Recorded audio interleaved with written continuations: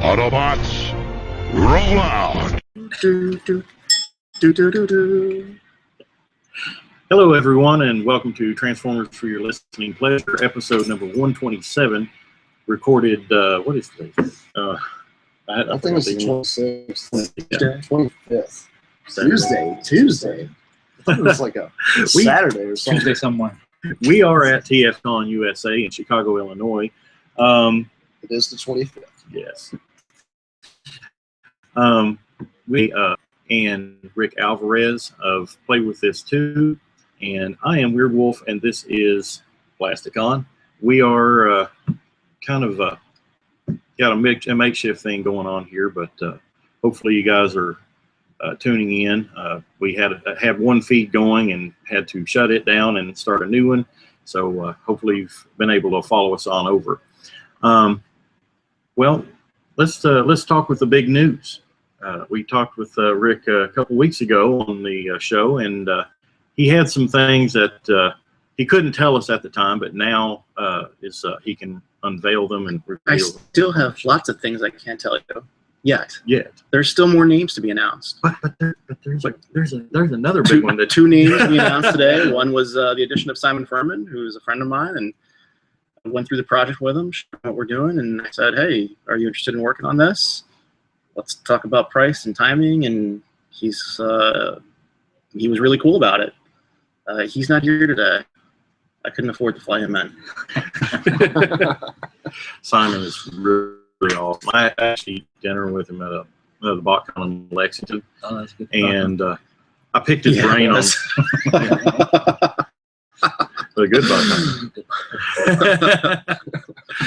There's more stuff we can't tell you. I know, right? I picked his brain on Headmasters that night because I mean that's my favorite part of Transformers. You're the one. Yes. He's the one. Yes. That guy. He's that guy. Well, no, I'm not Headmaster Don. No. He's the other guy on our show. Oh, we can get the cat guy here. He's too busy with RC. Yeah, So. he's the one with the RC fetish. Yeah. RC fetish and Not kitties. fetish, but Don't ask me. I don't. he just loves RC and anything. This generation's RC that's coming out. Whenever he saw it, he's like, "I gotta have that." Did you work on that while you were there? Not really. Oh, we talked about it so long, but Yeah. Well, I mean, up until this one, we had the Energon RC and then the animated, I believe. yeah, I never thought that figure would get made. Never. It looks good. And now I haven't played female with it yet. figures really taking the forefront. I mean, we've got Chromia and RC. Yeah, like all at the same time. Yeah, that's amazing.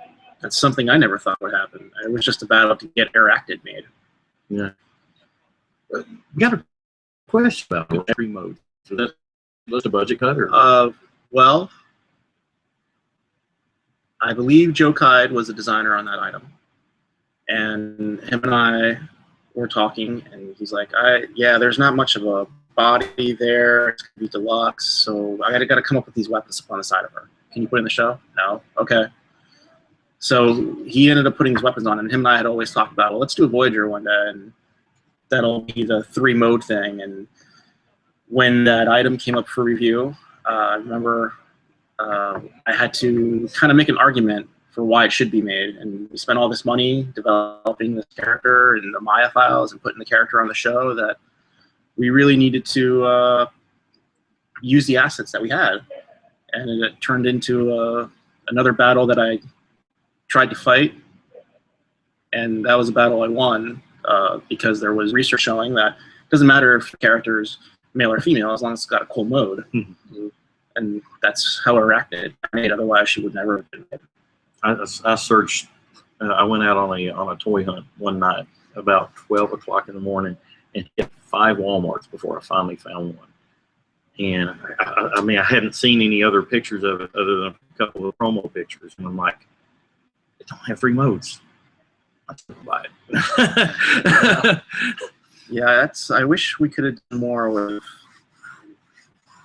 making what we had in the show and the products we put out, especially with the Predacon Rising stuff, match the show more. Timing's tough. Yeah, that was all. Show's always faster than the toy, so It was all very rushed. Yeah. That's understandable because I mean, you got the guys that write it, then they start doing something with it, and it's all of a sudden okay, this toy's coming out, but then you got this other one that needs to come out on top of It's that. two production schedules that don't always line up. The animation schedule is very different than the toy schedule, so if you don't hit the timing right to either agree on what it can be, or if you need to change either side late, you almost can't address it, especially on a CG show that has builds or take a lot more time than just changing a model sheet. Has there ever been an instance where a character was revealed through toys that was initially supposed to be like a surprise in the actual cartoon, or is it? No, I have a particular day debut kind of thing. It wasn't like we mistake too often. Mhm. So the toys would often be shown at Toy Fair before the show anyway. Mhm. So that it was hard. That probably couldn't have happened. It was more sometimes Star Wars has tried to be secret up until a certain time. But we never, that was tough to do on Transformers. And unnecessary given it was all Hasbro, so let's get it out there. Yeah. Did we introduce Whichever this is guy? first. Yeah. Maybe Did we? I'm Aaron Started- Archer. Handsome Devil. I started the show that were with Rik Alvarez. And Aaron Oh, Archer, okay, and I'm yeah. Weird Wolf. Yeah. Okay. It's been Yeah, a long I was day. listening to the Radio Free Cybertron podcast in my earpiece. Man. Well, they're friends of ours. One of the Yeah. cast is on our show. But yeah, well, it's been a really big long day here. I've been helping with Capture Prey booth, our sponsor Capture Prey, and he's been helping with our other sponsor Mega Toys, and we've been rocking quite a bit. And I drew all day, full out, talking to everybody about what I'm up to, and on old robots, talking about the good old days. Well, Rick was I was busy with our pre-Kickstarter fundraiser. We thank you to everyone who made a donation, and everyone got a prize. It's busy handing out comics to kids. Some kids are like, "Who's this guy?" busy con is Just- awesome, isn't it? Yes, it Yeah. is. Yeah, it's a lot of good energy. I myself, I even had to break away from the actual con to go upstairs to go ahead and review the Master Shooter collectibles that I did exclusively for the TFCon. So I got to rush and try to slap together an edit soon for that, get that thing up. So yeah, I've been busting hot too. And it's weird being back in this location again after 10 years. Yeah. It's just, you walk in, it's like, wow. my first 10 years BotCon. ago, kids, and Well, it was different. I had a different job. It's a different place. it's OTFCC at that time. I think it was the last time they were here, and that was the my very first convention, Transformer convention, and I've made maybe 3 or 4 since that were official. This is actually, well, aside from CharterCon last year was my first unofficial, but no, I take that back. Psychicon, and it's always fun. We work on convention names with the Transformer audience. Sharktacon. When I tell my wife that I'm going to this one or that one, she's like, really? That's the name?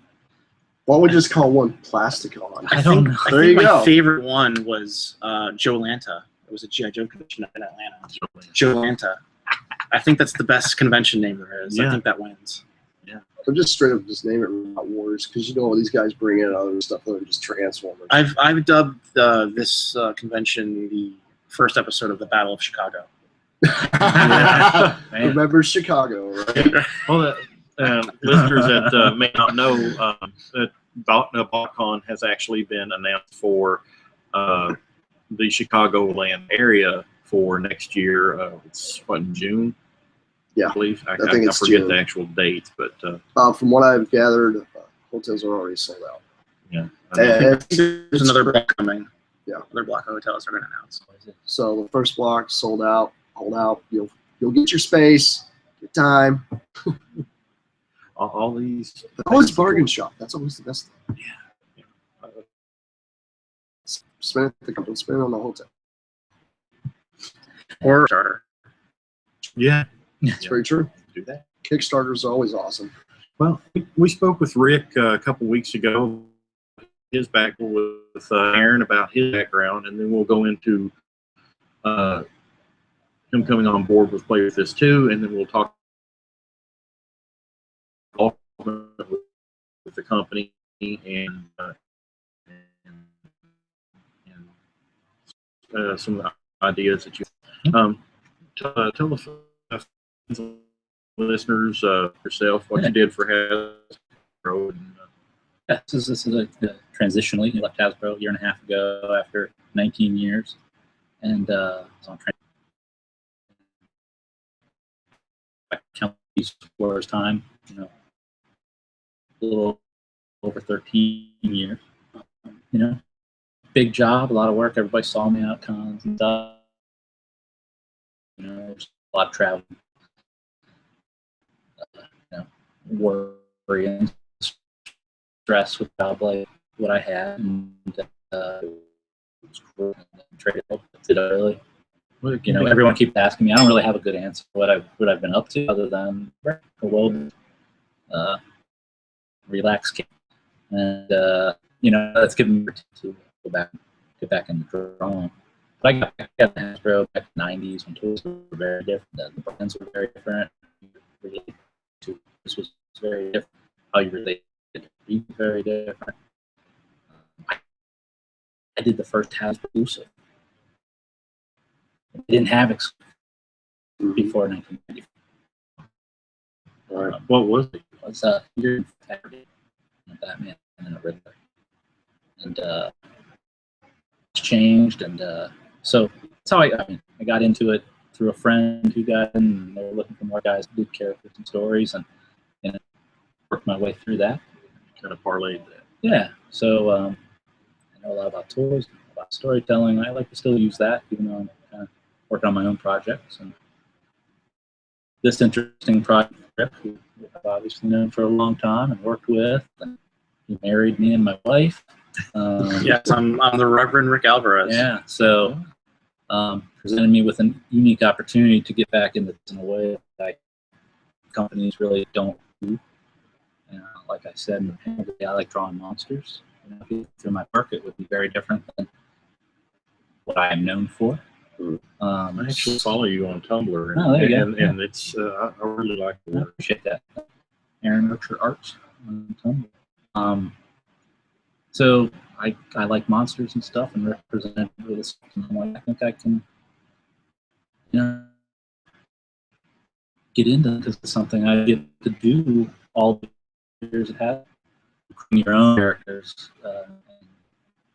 My particular favorite, organic monster, kind of Lovecraft kind of things. And so it's been I knew what type of stuff he liked, so I just had to show him things to get him interested.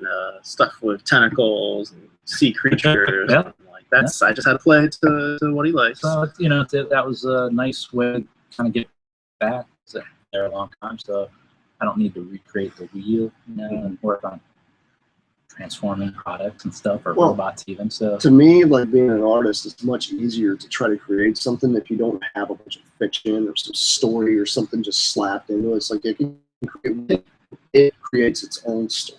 It depends on the creator. I was actually who does enjoy that tough challenge. You know, there's some walls here. We can either figure out how to get through them, we can ignore them, we can build around them, we can build them up. You know, I kind of like those weird challenges. But you're absolutely right. I mean, you don't always get to do what you want to do. That's very true. So this was a cool opportunity to get into that. Well, when you have the freedom to create, when you have basically starting at the ground level, and you have the freedom to create something that is new, or a new, fresh look on an old idea, you know,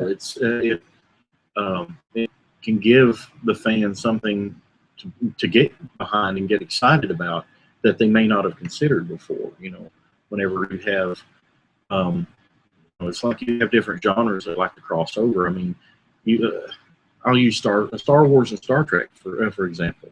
You know, both set in space and everything. You have fans that are staunchly loyal to one or the other, but then you have fans like me that, you know, I love both. And how dare you? You a Kirk or Picard? Picard, of course. Picard. He's a Kirk man. I'm a new Kirk, not Shatner. I like the old Kirk. I'm sorry. I enjoy the cheesy aspect of it. I pictured you more Janeway than anything. I will say I'm a big DS9 guy. I'm Cisco all I the way. love DS9.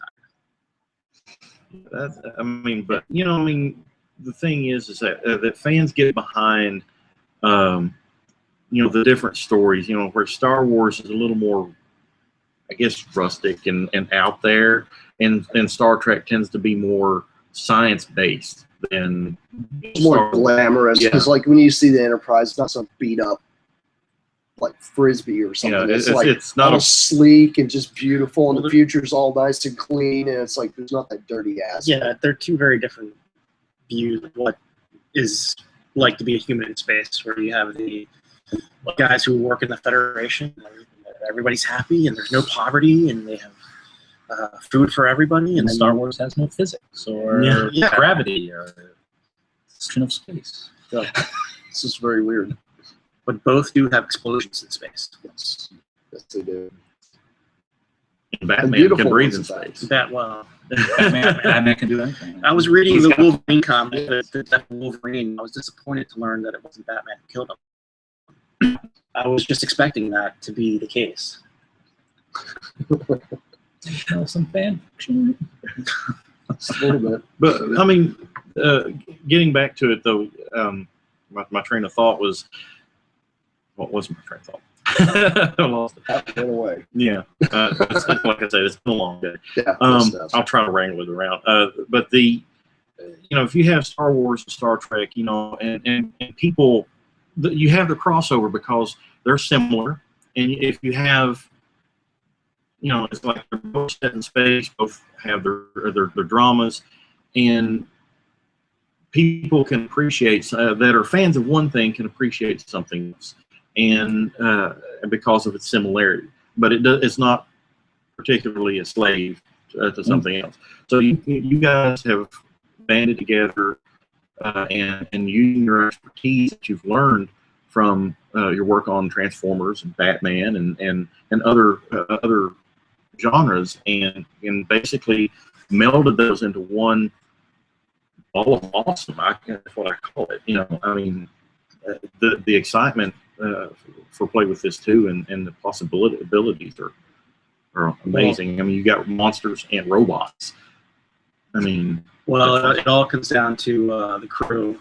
No one can do something like this on their own. So guys like Steve Redinger and Mark Wong, Trent and Aaron, and everyone else who's involved, who we haven't announced yet, Ken Christensen, Simon Furman. It's just kind of playing to what they're all good at, and I'm not saying, hey, design this, do this, do this. They're all kind of looking at the material and saying, all right, well, what's my take on it? Some are more faithful to inspiration. Some, like Aaron, want to make their own things.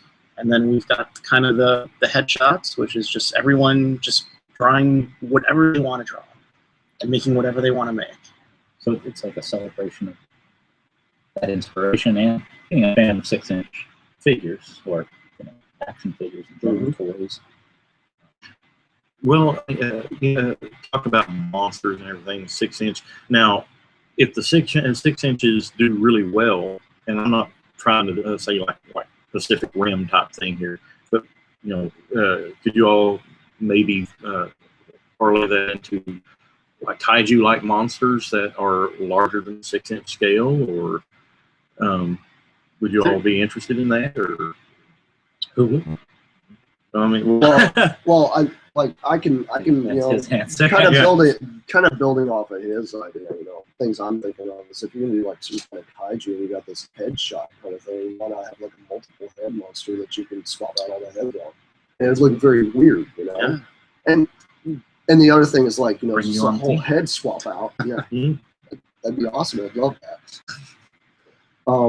The other thing I was thinking was like, you got this fiction. It's like you got this weird looking head. You just plop it on this crazy like spacesuit, and it's like, how does this creature fit inside this spacesuit kind of thing? It's one of those kind of things. So it kind of like just makes your imagination just go. Yeah, and some of that will be in the fiction, the different heads and how they can work into it.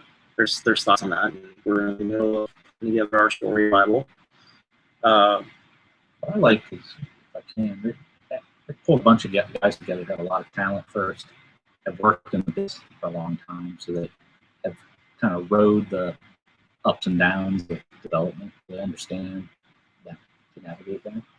And like, it's like finally all these guys are allowed to use their talent. And girl. Yeah. They're off the chain. You know, they're allowed to kind of do their own stuff, and it's so liberating. You don't get to do that when you're a freelancer, right? You get told what to do, when to get it done, how much you're going to get paid, or whatever, what the deal is. And it's a whole different dynamic. It's more of a, you can have fun with it. I'm creative. I'm not worrying about parts count or paint apps. I'm just do the best thing you can do, and then we'll adjust on the end of it. We'll adjust the price up to match it. We're gonna make what you design. Exactly. And I think that's almost like a love letter to some of the fans out there. Some of the guys out there are like, oh, I'd love stuff like this, and there it is, you know. And it really brings a lot of those guys more into the end of create your own kind of thing. You know, I really think that's awesome. I'm big into that. Well, I look at it as, you know, how can we be a bigger part of the community, and that's how we got. I hate the word fan artists because I just think it's derogatory. I mean, there are artists who happen to be into stuff, and I was at a show and I met this artist, and her stuff just blew me away. And I asked her if she'd be interested in doing some design, doing some art, and we're reaching out to people in the community, some who might not have professional experience. And I really like the result I got from her, so I think we might do something like that again with the headshot set, where we ask people, hey, give us some designs, you get to come up with a name. You want to explain what the headshots are? Yeah, so the headshots are a set of 3 heads, interchangeable with all our figures, and they also work on a lot of the Marvel Legends, Master Universe Classics. The same. That's not like Universal ball joint or Star Wars Black Series.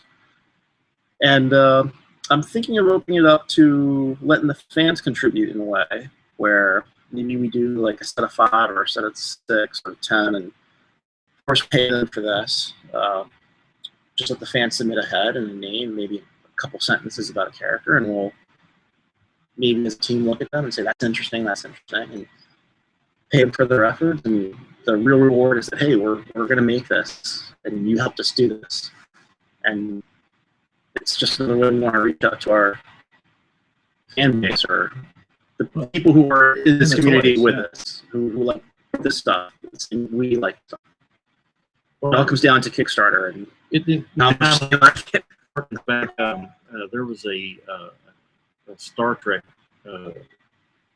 thing that StarTrek.com did here a few years back. They may even still do it, where you could actually go online and enter in like a photo of yourself, and it would like scan that photo, and they could actually somehow model a action figure with your face on it in a Starfleet uniform.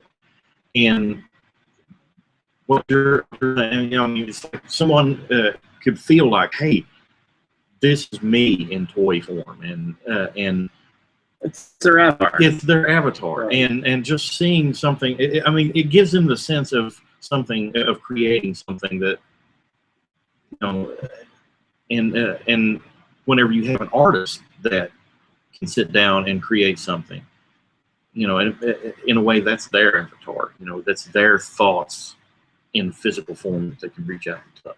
Yeah, and that's really awesome. I mean, this whole aspect kind of reminds me of what Blizzard Entertainment did. They actually have a thing where you can go to this website and have your character printed off, and whatever you logged out is that character. Whatever, doesn't matter the outfit it's wearing or anything. It's called footprints, and it's really, really interesting how you're able to do that, and then you're able to go in and just choose the kind of poses you want them in. Other statues, but it is kind of almost that same kind of thing. That's your digital soul, and it's awesome. And there's a lot of people enjoy that kind of thing too, because I can see this blowing up just as big as that had. Oh, well, thank you.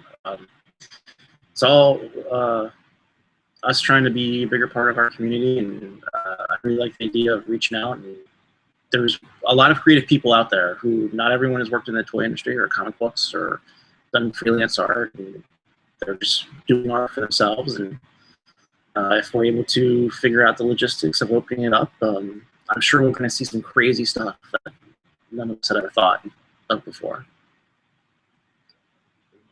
Now, are there any designs, new designs that you've unveiled since you were on the show that you would like to talk about today? I mean, we can't actually physically show, I guess, right now, but we're going to do another edit of this video, and Plasticon can edit them in. Are there any that you would like to? Well, there's Boneyard, who's our gladiator character. I really like him. He's got the gauntlets. He's got it's the first time we've shown a head that has a removable helmet. Actually fits over his face. Unlike Astro Blast, where the head is not a helmet. This is actually soft PVC that'll go around that. There's Jet Wash, who I think we might be changing the name to Jet Strike, who's our flyer. I really like the story behind his character. He's on our heroes team. There's Bloodbath, who's our vampire character. And then there's I think we're still working on a name for your guy, right? Take or Kill. It was like the working title, but yeah, that character he's going to be a big part of our fiction. He's going to be the first real big villain that our heroes encounter. So I'm really liking the story that Trent and I are putting together, and we're going to put all these notes and ideas together and hand it off to Simon and see where he takes it. And Aaron's helping out with the story too. And I didn't know this to Trent. Okay. And let you guys figure it out from there. I'm not sure how the figure's going to go. I don't know if we're going to do one figure with a lot of parts, so you can kind of make who you want to make. Whether you make Age or you make your octopus squid monster. We haven't figured that part out yet, but it's a crazy design. This arch villain, I guess, or the first main bad guy, is it the one that you were showing that had like all the tentacles? Yeah. So it's kind of inspired. I like Jack Kirby stuff. I like all that Machu Picchu stuff. I like Lovecraft and deep sea divers and stuff. So it's a bit of a. I looked at the inspiration of Hot Punch, and there's not a lot there. It's an interesting potential, and I feel like I've done an interesting job of taking it pretty far from where it started, but yet it's an interesting, compelling look. But all that tactical stuff is kind of what makes him the bad guy. Yeah. So, I really like the story of top line some notes. He's out with Boneyard, a very young Boneyard, a long time ago, and he's they're hunting this thing for whatever reason. He kills it, but he's infected. He's bit, he gets scratched, and he becomes this thing himself. And many years later, our heroes have to take one of their own down. That's interesting. I like that kind of like aspect where it really brings home that they have to do something, that they don't want to do. I like stuff like that because to me it makes the fiction feel more realistic and more home for some people, and it also just kind of adds that extra little bit of curiosity, especially when you go to say read like the next one or something like that, because it keeps the ball rolling, so it doesn't become some stagnant thing that just consistently just does the same thing. Yeah, and I think we're going to treat our villains more like a rogues gallery, where they're not a faction. They're just, this villain does this, and this villain does that, and this is a different type of villain, and they all have their own plans that they're enacting, and they're not all working together on one dude. Well, you look at the Teenage Mutant Ninja Turtle villains, or they're just random. Like the evil version of the Super Friends. They all had their own agendas. Yeah, they were loosely affiliated. One of the Vulture guys, one of that guy. Or you may have you might have two bad guys that are, it's like they hate the good guys, but they also hate each other.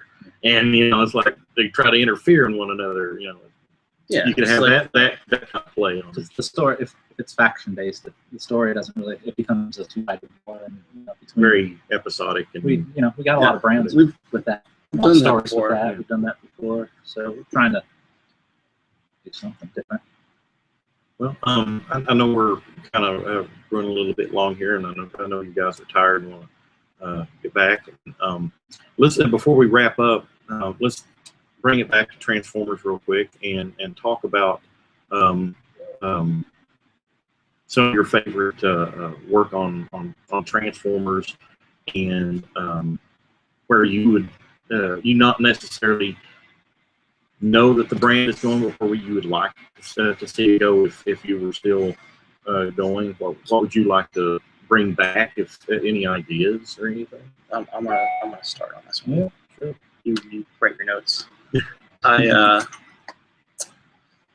So I look at a lot of the products out there today, and I wonder not just who these products directed towards, but I see a lot of non-transforming products, especially for the movie, and it just puts that thought in my head. Well, 20 years from now, when the kids of today are collectors our ages and they're looking to go back and they want to recapture their childhood, what type of message are they setting the brand up for? Is it a non-transforming action figure with limited articulations that has wheels hanging off of it, or is it a transformer? And I just see a lot of non-transforming play in the brand side. It just makes me curious that what's the brand going to be in 20 years from now when the kids of today are adults and they want a masterpiece, something from today's toy line. Well, to build on that, I mean, I think this partially is a large driving force for collectors why the independent market is growing so rapidly, is because the official product that we want so much, that is more toward the collector base, is getting, there's fewer and fewer of it, and Well, it's like it's a weird death spiral as the companies are after more and more of the kid dollars and to their ends, rightfully so, I guess.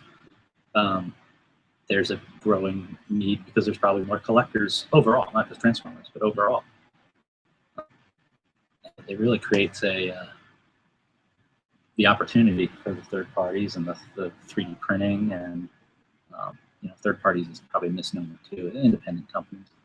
And it's interesting timing, isn't it? Mm-hmm. That you can take control of your fandom in a way, or the ability to be a fan, create your own toys, versus for the way I see it is it's demographics. I mean, you think about the way kids were in the 80s, everybody bought, toys.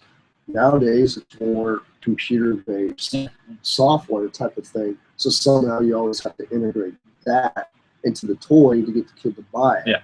And like the mainstream, it's very difficult to compete with that. I mean, even Lego even struggled with it for a while. And they're one of the companies in the world when it comes to toy manufacturing. I can't even help but think. I mean, I have an 8-year-old stepdaughter, and I love her to death, and she has got a heart so full of fun. But whenever I speak about toys with her, she doesn't care. There is nothing out there that grabs her enough that she clings onto. It's all Minecraft, video games, and everything. And it makes me think about toys. And she actually has made fun of me for collecting toys. Why do you like toys? I'm like, well, because I don't. It's not because I get down on the floor and play with them. It's because I find them interesting. Secretly,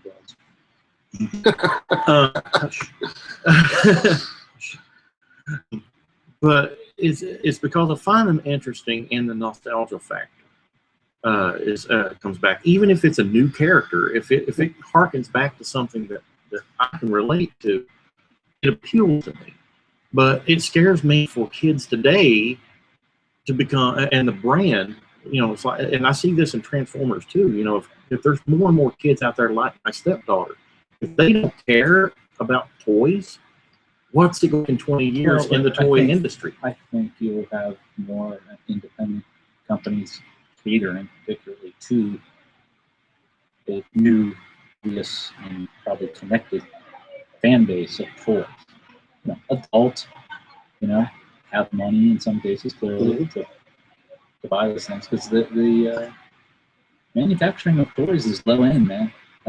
No one wants to make that stuff anymore either. As much as kids don't always want to buy it, manufacturers want they want high tech products too. They make more money that way. They make money making little slug arms and legs, right? So it is a big shift. It's coming, whether we like it or not, and that's why you can take it back personally and still offer stuff now. I think if we love toys, we all have to get together and love toys, or it will go away, and then we won't have anything. And we can get caught up in the fiefdoms of Transformers, Star Wars, whatever. But if you like toys, you better support this stuff. The companies are going to be making the stuff and less of it, or less evolved stuff, or boring stuff. I just wonder what is a Toys R Us going to look like in years? Is it just going to be Best Buy? And you go and you... I've actually had that very thought. I mean, brick and mortar stores have their own struggles, but that's on one chain, but Toys R Us, where they just cater to one specific item, which is toys. What's the future hold for a place like that? Where is it going to turn into, there's your 3D printing aisle, and there's your DVD aisle, and there's your flash drive aisles? Well, and it goes to the and this is in recent news too. For example, the Breaking Bad action figures. This is in the news right now as we're recording this. There are parents that are outraged over Breaking Bad action figures and being in Toys R Us, and they don't want their children buying these. Well, they don't realize that adults buy toys too, and obviously makes money for those companies. Yeah, but I think I look at those Walter White figures and I think, well, kids gonna want to play with that anyway. Like when the kid has a choice between like a Power Ranger or like a Ninja Turtle something or a Transformer, and they see a sickly looking guy in a suit with a hat and glasses. Is that what the kid's gonna want, or are they gonna want the Power Ranger? Well, we never make Commissioner Gordon for a reason. They're never gonna want. But there's an Alfred. Excuse. Yeah, I hear. Well, old men in suits are not. Who wants to play with the old guy? The funny thing is, there's more stuff at Toys R Us as far as content than Breaking Bad, isn't there? Well, the video games, M-rated video games, Call of Duty, R-rated movies. But some of those figures. Yeah, and it's just a figure. It's not the show. Yeah, it's not the language of the show or the content of the show. It kind of reminds me of like when the Spawn action figures just started hitting the market. It was a little more mainstream. I know they're very, very, very grotesque looking and stuff, and you'd see that parent trying to hide that child's eyes and push them all the way down the aisle or whatever. Because when they market this stuff and put it on the shelf, they don't pay attention to that. And I noticed something at Toys R Us is they tend to try to put all those collector items all in one aisle to try to segregate it away from everything else. Because you don't want your child to see some of that stuff. Well, some kids wouldn't even be bothered by it. Some are just like, they don't even care. This is what I have to buy shiny thing, not the thing that's dripping blood and all this. And I would wager most kids come in with a predetermined idea of what they might be into. Like, I'm here to get Ninja Turtle. Yeah, I can't imagine a kid wandering in and accidentally buying a Breaking Bad figure, going and watching the content, thinking he's going to watch a show of superheroes or something, and being encountered by that show, going, "What happened? I'm damaged for life." That's foolish. Unrealistic. Yeah. And I think a lot of toy companies are they actually know this and understand this, which is why there's a lot of collector oriented and marketed toys out there. I think some toy companies embrace it and others from it. I've been saying it for a while. Just like our country right now, there's a very small percentage of people who have a lot of people who don't have much. And I think this world we're in reflects that. These low-end, under $20, they don't transform toys in the case of Transformers, but low-end action figures across the board. They don't have a lot of features. They don't have a lot of whiz bang. And then you jump to these $80 Metroplexes and bigger sets and things. You know, it's like catering to these high-end people and then the low-end people. It's feast or famine. Yeah, it really is. Yeah. It really is. I mean, I've actually felt that crunch too. I mean, my family and I, we recently moved, and we've had a lot of financial difficulty. And as a collector, as a Transformer collector, because let's be honest, it's a very expensive hobby. And I've been and a lot to collect. Yeah, and I've been very creative in ways to try to get a hold of figures that I want, and I've missed a lot of figures I want. And and whether they be independent release toys or officially released Hasbro product, I mean, and a good example of this is like the Masterpiece at Toys R Us. Whenever and people doesn't even notice this. I mean, at our sponsor Capture Prey, we're retailing the Takara Tony version for $70. Well, you can go to Toys R Us and buy Masterpiece Proud, same exact toy, and pay $69.99 plus tax, which takes it like $72, $73, depending on what part of the country you're in. So, in essence, you're paying more for the domestic version than you are the import. And as a collector, I sit there and I look at that, and I'm like, it's so skewed sometimes, and it's really frustrating as whenever you have a limited income, and there's something out there that you want, and all you have is like these shampoo bottle things that don't do anything but appeal. You can't really knock the jumbos. I mean, it's a great thing because jumbos was like a great thing in the 70s, and the 80s, but now it's kind of like if they would just added like a rock or something. I think they were purposely, but they're just there. Trying to be cost conscious and global market. Right. We obviously are kind of skewed towards what we get at our retail, but it's harder to make money and survive in places like Brazil and Italy even and stuff. So to get those brands in those markets and make any money, they have to make it so that those people have a chance to even think about collecting art. Mm-hmm. So a lot of those things that don't work here are tactical elsewhere. So I bet you can make it. It's not just we get screwed out of good toys. The people get toys they would never have gotten. I also have to say I really appreciate the Generations Legends. I mean, it's a lower price point toy, but you have a lot of them are actually surprisingly complex, and I really enjoy that as a collector. I mean, I can go out and get a $10, $12 figure once in a while, not feel it's something that I won't feel guilty about, and I feel satisfied. But and they're doing a lot of the right characters. Yeah, and I do feel appreciation for that, but beyond that, I just feel that there's too much that, like you alluded to earlier, there's too much non-transforming stuff out there that appeals that's trying to appeal to a younger audience, or it's essentially a cash grab for the name. And I just kind of wonder how much could have been allotted from that to something that can appeal to everyone, not just collectors, but kids in general, the lower price point things. I just wonder how much that was actually taken into account, like with this new Age of Extinction line. Well, it's not so new now, but I just kind of wonder how much of that was actually taken into account whenever these came around. Being there a long time, I can tell you, sometimes newness alone gets people excited. That's like that line, just because you can, should you? Mm-hmm. I think that's the debate on Age of Extinction toys, but I can tell you, a lot of those concepts are exciting to people inside the building because they were new. So insert word.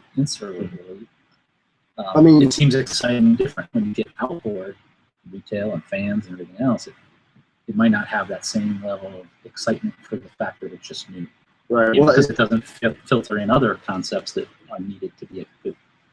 one of the big things I noticed with the line that came out is, it reintroduced the spark gimmick that was completely, that was, totally 80s, and now they brought it back. Yeah, it might be contained within something, but it's a spark gimmick. A lot of us never thought we would never see that again. Yes, it doesn't transform or anything, but who cares? It's a spark gimmick.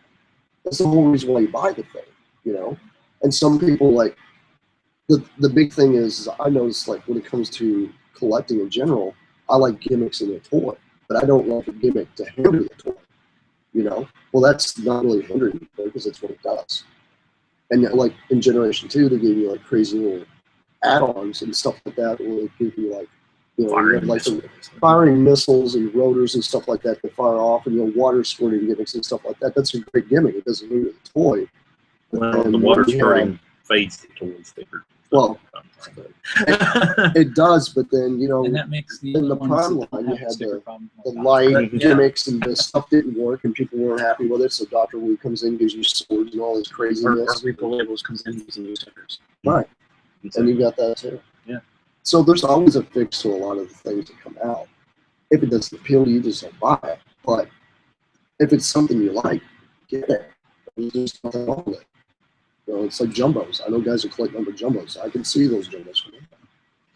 Yeah, I really think, I hope that, I mean, it's an evolved state right now. I mean, toy collecting is very different than it would have been even 15 years ago. Yeah. I really do hope that fans of the medium can get together and support, participate in, chatter about whatever, like what people are doing, because it's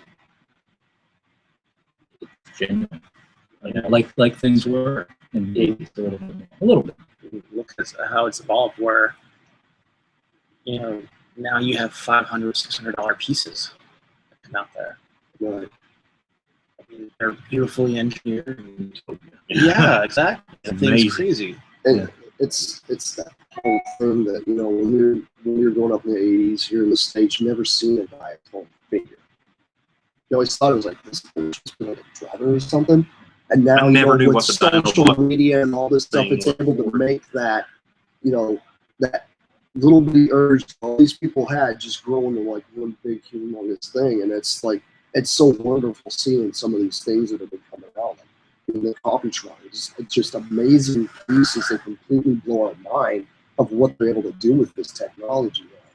And it's really been evolving quite rapidly. And I can see, what you guys are going to be doing. That's going to completely add to it. You hope so. There's going to be somebody out Rick there had be like, a good hey, we're going concept. to make crazy weapons and stuff that plug in. You make like 5mm ports on there. You're going to have people put mech weapons on there because they can. Yeah. Or master shooters. There might be some areas where you can clip on your 3mm clips too. Or even B-Long.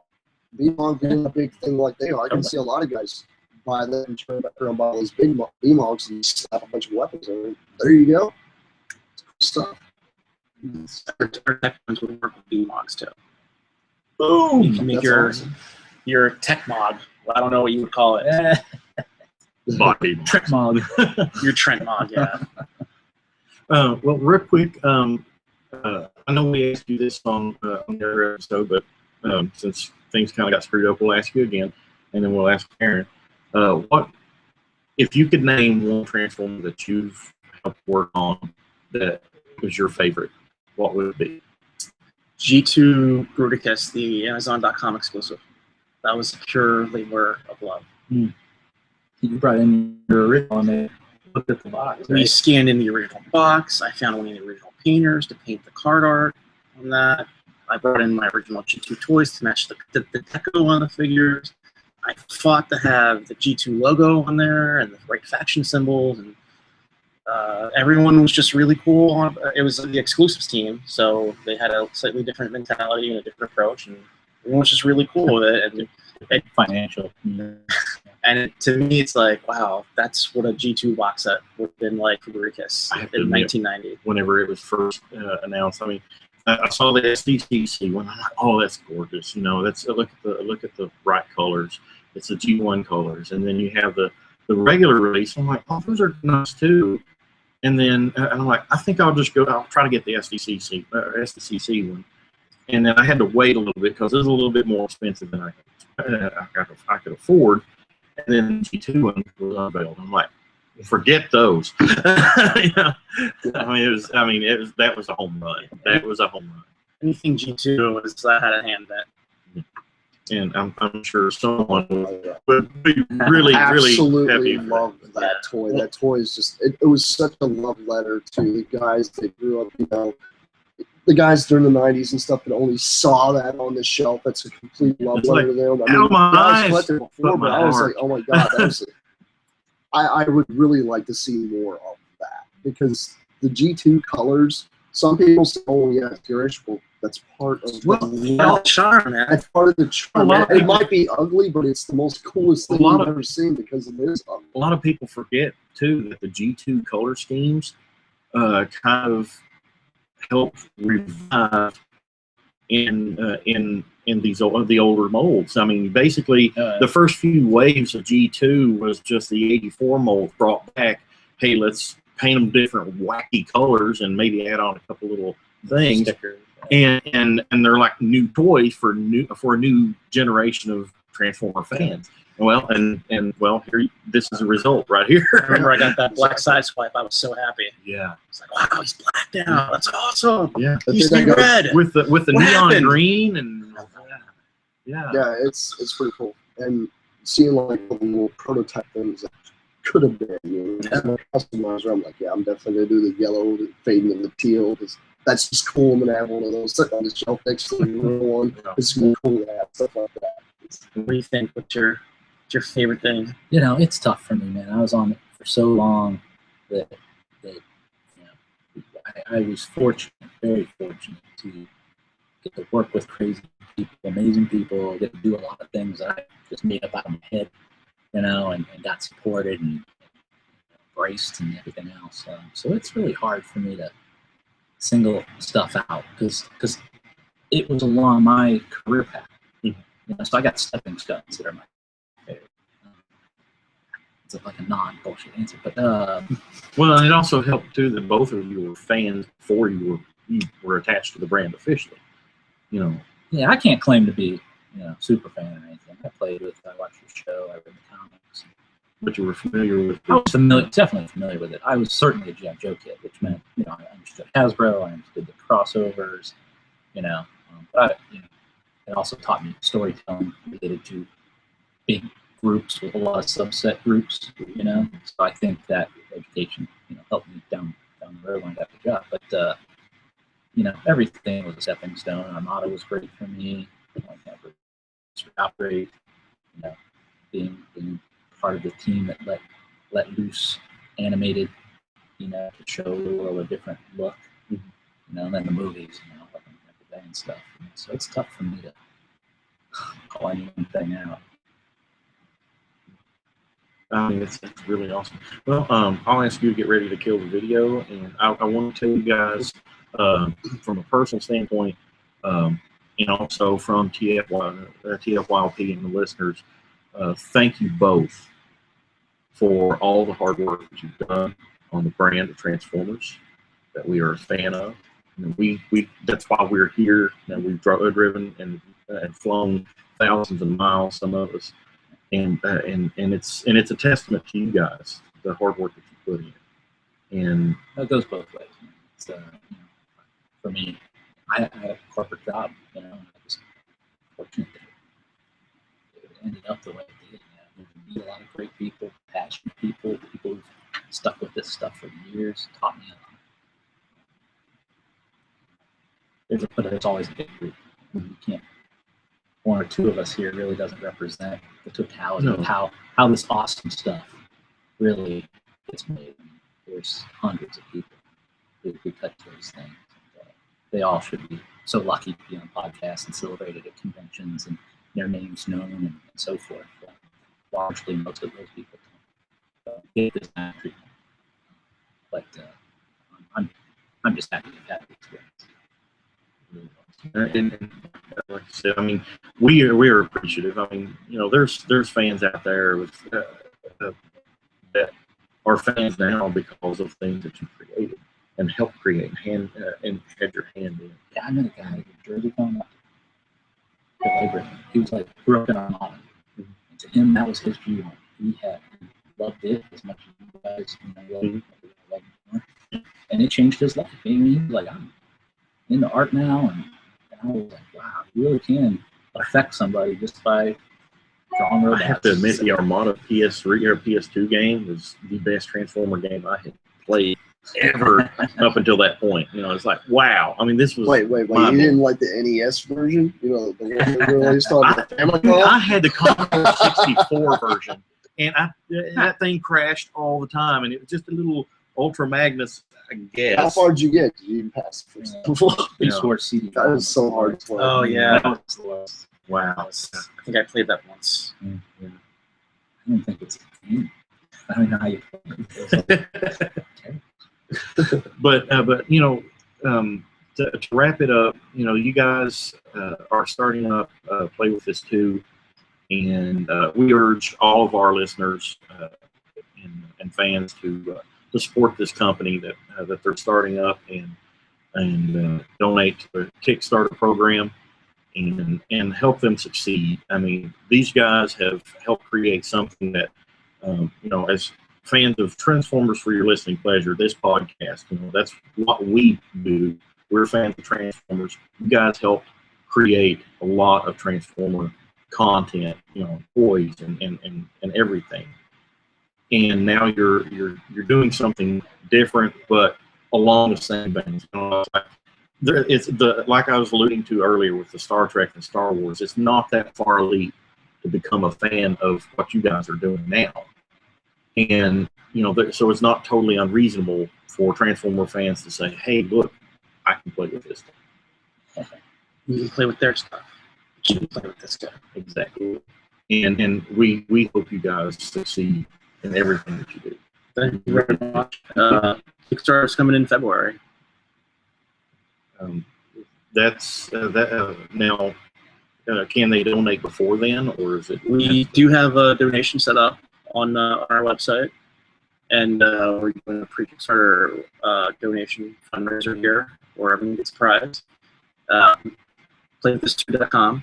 It all goes to helping us develop the prototypes and the art and marketing and just spreading the word. The more we can do up front before Kickstarter, have our thoughts down and down, designs down. So every dollar helps early, obviously, but so that when the Kickstarter goes, Rik has the right stuff and it's done and it can get produced. So there's nothing too much back end to do. No, we should be ready to go. As if it's funded, we'll be ready to go. Right. This is not your normal Kickstarter. I mean, we've not lived output up front with the risk, right? So not every Kickstarter works that way. So we're into it, man. Yeah. Well, I want to thank you, listeners, for joining us here at TFCon USA, the very first one. We're going to try to do a few more. We're going to try to do a few more interviews this weekend as time allows. But we want to thank Rik and Aaron for joining us today, and we will see you next time on Transformers for your listening pleasure. This is Weird Wolf, Plasticon, Aaron, and Rik. See you next time. Of course. Bye. Bye. Bye. Peace out, you guys.